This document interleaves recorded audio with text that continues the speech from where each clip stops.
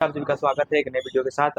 हाल ही में यूजीसी के द्वारा लाए गए नियम समानता संवर्धन विनिमय अधिनियम right to equality of promotion in higher education 2026 का लगातार जो है छात्र सवर्ण छात्र जो है विरोध कर रहे हैं और समाज के लोग कर रहे हैं। कारण के कब सामने आता है जब आईआईटी दिल्ली के पढ़ने वाले स्टूडेंट का कैंपस में कम रहते हैं, 75% से कम रहते हैं। दूसरा, रोहित वामुला जो आंध्र प्रदेश का पीएचडी का स्टूडेंट था, और पायल तावड़ी जो बीवार नैरो हॉस्पिटल की स्टूडेंट थी, दोनों ने सुसाइड किया। सुसाइड में कारण बताया कि एससी एसटी से होने के कारण उनके साथ जातिगत भेदभाव किया गया और सुसाइड किया। उनके बाद उनके माता पिता ने जो है सुप्रीम कोर्ट में केस किया, और केस करने के बाद जो है यूजीसी, एनएसी और केंद्र सरकार को इस पे नोटिस भेजा और जल्द से जल्द कहा इस पे नियम बनाने को, जिसको लेकर 13 जनवरी को नियम बनाया गया और 15 जनवरी से सभी विश्वविद्यालयों में यह नियम लागू कर दिया गया है।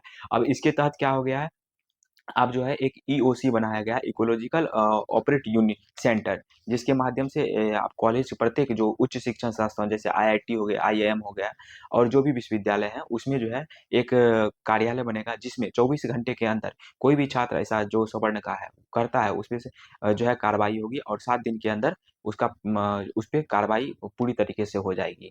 और साथ साथ जो है उनको फाइनेंशियली रूप से, इकोलॉजिकल रूप से, साइकोलॉजिकल रूप से भी एससी एसटी और साथ साथ ओबीसी को भी अब छूट मिलेगी। और जो है नए नए तरीके का उनको फाइनेंशियल हेल्प और अन्य चीज़ें मिलेंगे। तो सवर्णों के द्वारा इनका विरोध क्यों किया जा रहा है?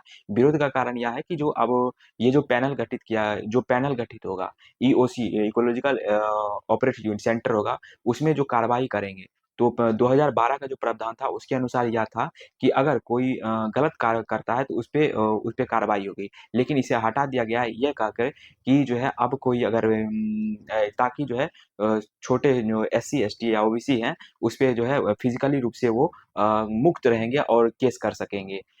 इसका विरोध है सवर्णों के द्वारा। दूसरा, जो पैनल में एससी एसटी और ओबीसी समाज के ही जो है पैनल मेंबर होंगे, जिसका दुरुपयोग वो कर सकते हैं। तीसरा चीज, जो छात्र हैं वो अगर उनका जो है झूठा केस हो गया तो क्या उनके कैरियर है उस पे क्या प्रभाव पड़ेगा, जो उसका इनकम जो रुपया पैसा जो खर्च हुआ, समय जो खर्च हुआ परीक्षा में, जो उनका फिजिकली रूप से टॉर्चर हुए, उनका भरपाई कौन करेगा? इसको लेकर छात्र लगातार विरोध कर रहे हैं।